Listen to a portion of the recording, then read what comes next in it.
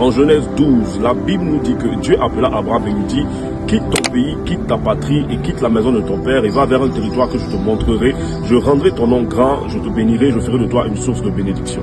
En Genèse 13, Abraham devint très prospère, fort riche, et Dieu montra le territoire que Abraham devait occuper, c'est-à-dire Canaan. Il le montra à Abraham après que Abraham se soit séparé de Lot. Et comme vous lisez en Genèse 14, vous vous rendez compte qu'en Genèse 14, Abraham délivra Lot et les rois de Sodome d'une bataille contre 5 autres rois qui étaient plus puissants qu'eux. Et Abraham gagna la bataille.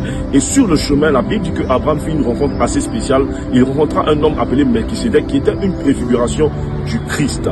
Et comme vous lisez maintenant en Genèse 15, vous vous rendez compte que Dieu revient encore vers Abraham et lui dit: je te bénirai, je rendrai ton nom grand. Et il lui rappelle encore les promesses qu'il avait pour lui. Et Dieu demande à Abraham, il dit: à quoi connaîtrai-je que tu réaliseras ces promesses envers moi? Et Dieu lui donna des instructions en lui disant: va chercher une génisse, un bélier et une chèvre et aussi des oiseaux et fais-en une forme d'holocauste. Et vous vous rendez compte qu'au verset du même chapitre, verset 18, la Bible dit que ce jour-là, Dieu fit alliance avec Abraham.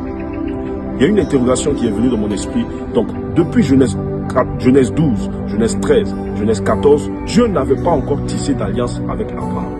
Et c'est en Genèse 15 que Dieu tisse alliance avec Abraham. Laissez-moi vous dire, il est possible d'avoir de grandes promesses sur vos vies. Il est possible d'avoir de grandes visitations.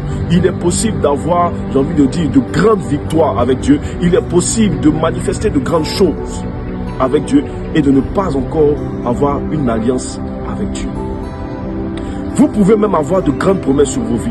Vous pouvez même avoir, j'ai envie de dire, de grandes visitations. Et vous ne pouvez ne pas voir toutes les promesses que Dieu a prévues sur vos vies se réaliser. Simplement parce que vous n'avez pas encore tissé une alliance avec Dieu. Pourquoi? Parce que l'alliance est ce qui vient mettre le sceau à vos promesses et engage Dieu envers vous afin que vous puissiez voir l'accomplissement de toutes ces promesses se réaliser sur la terre. Dieu a dit: je suis le Dieu d'Abraham, d'Isaac et de Jacob. Il a personnifié son alliance parce que son alliance est transgénérationnelle. Laisse-moi te dire, Dieu veut faire de toi un homme, une femme d'alliance parce que il y a beaucoup de personnes sur cette terre qui avaient de grandes promesses. Il y a beaucoup de personnes sur cette terre qui avaient de grandes visions. Il y a beaucoup de personnes sur cette terre qui avaient reçu même de grands appels, mais qui n'ont pas vu ne serait-ce qu'un seul iota de cet appel se réaliser et qui sont morts avant le temps, qui sont morts avant de voir l'accomplissement. L'alliance est ce qui te garantira de voir l'accomplissement des promesses que Dieu a prévues sur ta vie. Sois un homme et une femme d'alliance. Que Dieu te le dise. Shalom.